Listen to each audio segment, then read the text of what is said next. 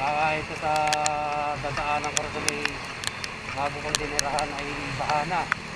Kasi sabi ng aking asawa ay bahana raw. Baka umapaw na naman yung ano doon, yung ilog sa may tulay ba. Umapaw na naman yan. Ang layo na naman ang paparating natin ito guys. So, nandito pa tayo ngayon sa dito sa Kalayaan. Binabaybay pa natin yung Kalayaan dumadali na naman yung ulan. Ito napakatagal na nagpa-track dito sa Kalayaan.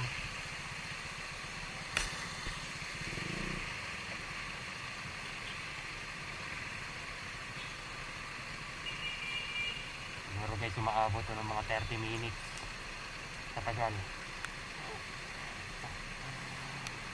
Ay nako. Kasi nga ngayon guys, sobrang hinana ng ulan kanina, napakalakas.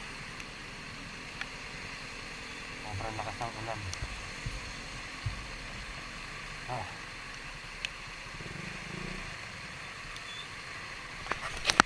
Ay, salamat guys sa Golden sa Batagan.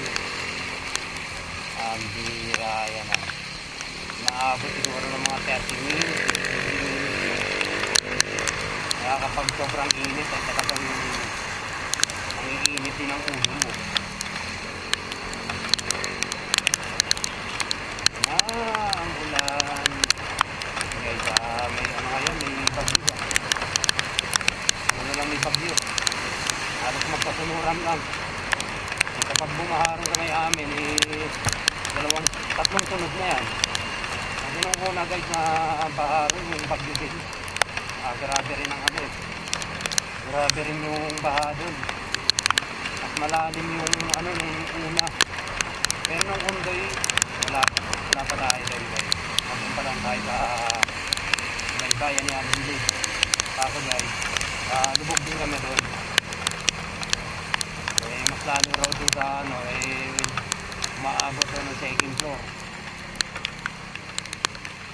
Yung undoy, abot yung second floor.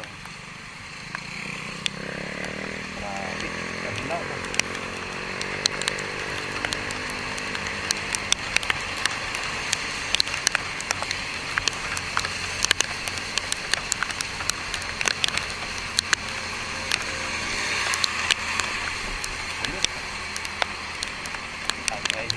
Dahan-dahan lang.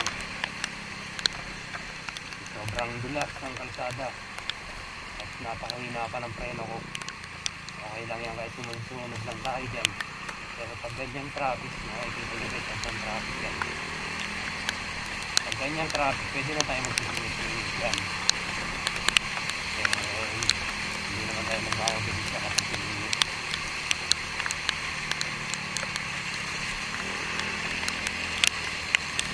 Bomba ako, bomba siya, bombahan kami. Kung ako mag-aasawa, Grabing lubak yan dito, lalalim. Kawawa yan dyan guys kapag hindi mo napansin daw sa kamotor ka, lalakad, dyan lang ka dyan.